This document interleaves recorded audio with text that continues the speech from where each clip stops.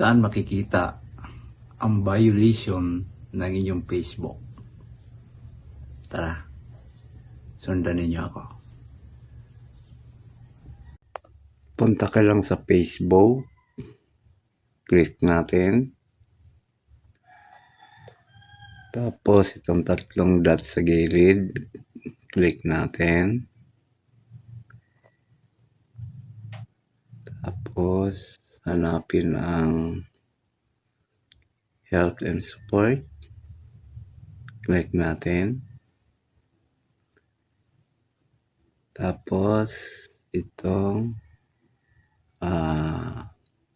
support inbox. Click natin.